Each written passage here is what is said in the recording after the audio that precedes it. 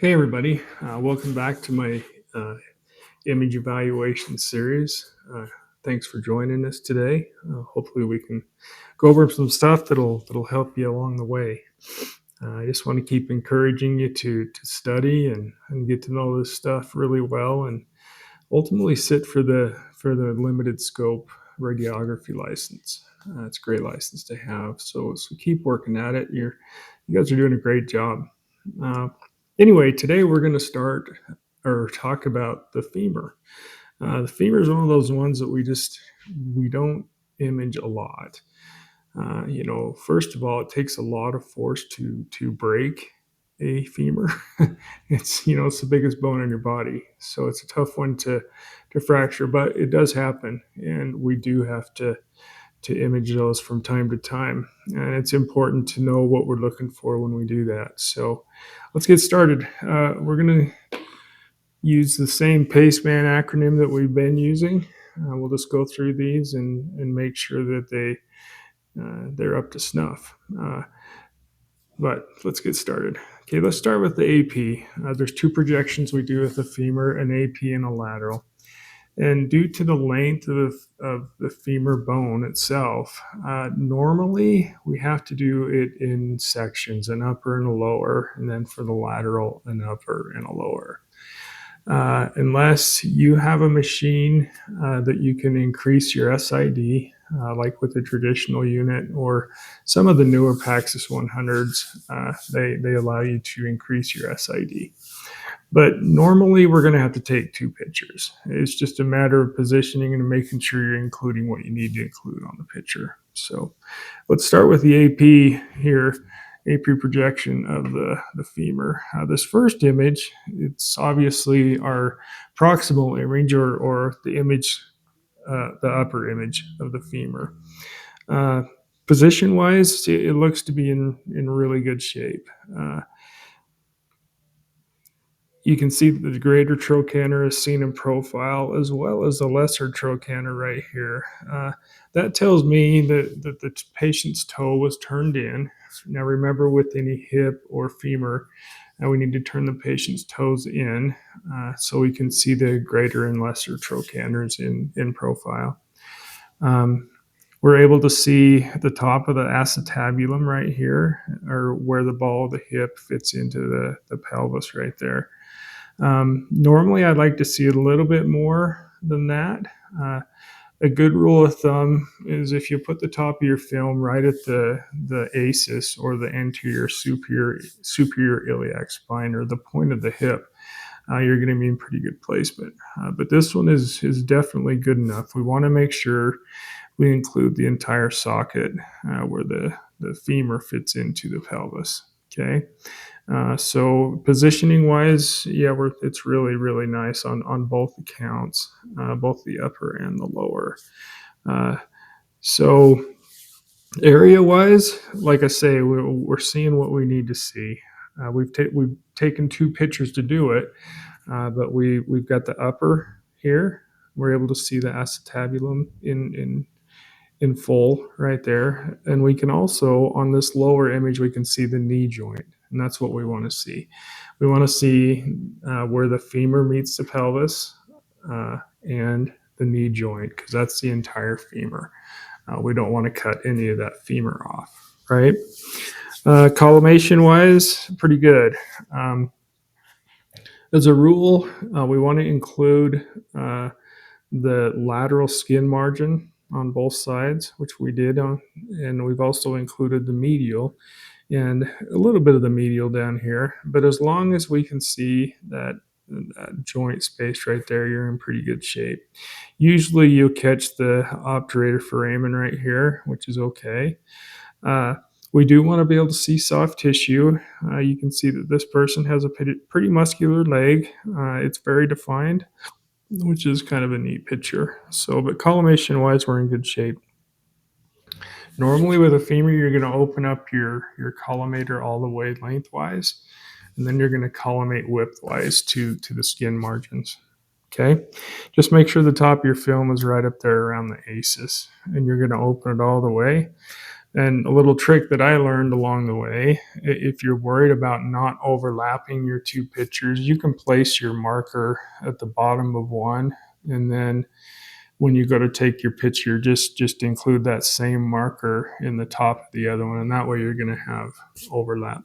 So exposure wise, these are really pretty pictures. We've got really good definition in the muscles here. Uh, the periosteum is clearly noted. There's a good differentiation between bone and soft tissue. Uh, the bony texture shows up really well. Um, so yeah, exposure wise, it's really really nice. There's not much I would change about that at all. So we've got a marker, and the marker's on the lateral side on both images. So we're in good shape there. We know that this is the left femur.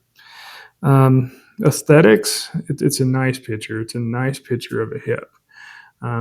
Just know that you're going to have to take two pictures most of the time, unless you've got a kiddo or uh, a small adult. Sometimes you can fit those on one film.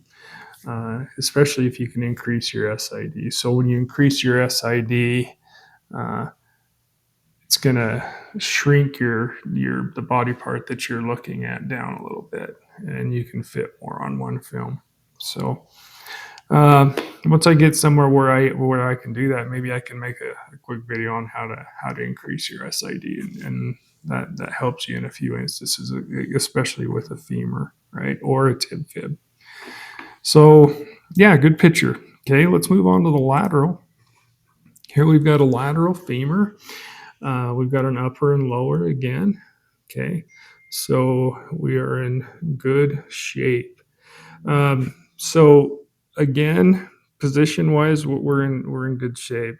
You'll note that the greater trochanter is actually now superimposed with the superior end of the femur, or the surgical neck right there. We're able to see a little bit of the lesser trochanter, but all in all, this is a good lateral picture of the femur bone. Okay, the area that we need is there.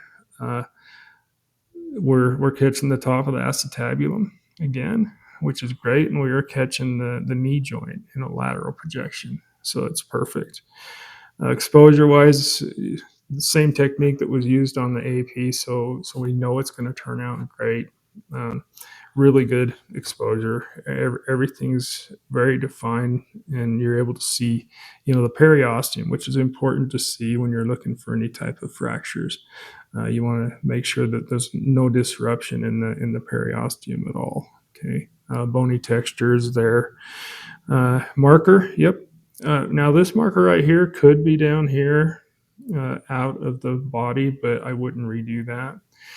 And this marker should be anterior, so it's better if that marker were up here in this area. Not the end of the world. We know it's left, so we're doing good.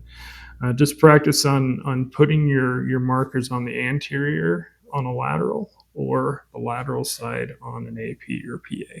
Okay. Aesthetically speaking, it's a nice image. It gives the provider and the radiologist a good look at that femur. You'll note that the condyles down here are not perfectly superimposed over each other, and that's okay. We're more concerned with the bone, of course. We're not striving to get a perfect knee view. Okay, just as long as that knee joint is visualized, you're in pretty good shape. It looks like this patient was actually rotated really, really nice. We could have used a cephalic angle to take this superimposition out right here. But yeah, not the end of the world. I would hand this one in any day of the week. So yeah, the AP and the lateral, just make sure you're including the entire femur in your picture. And it is usually going to take two pictures, an upper and a lower. Make sure that the entire femur is visualized, and that's what's important.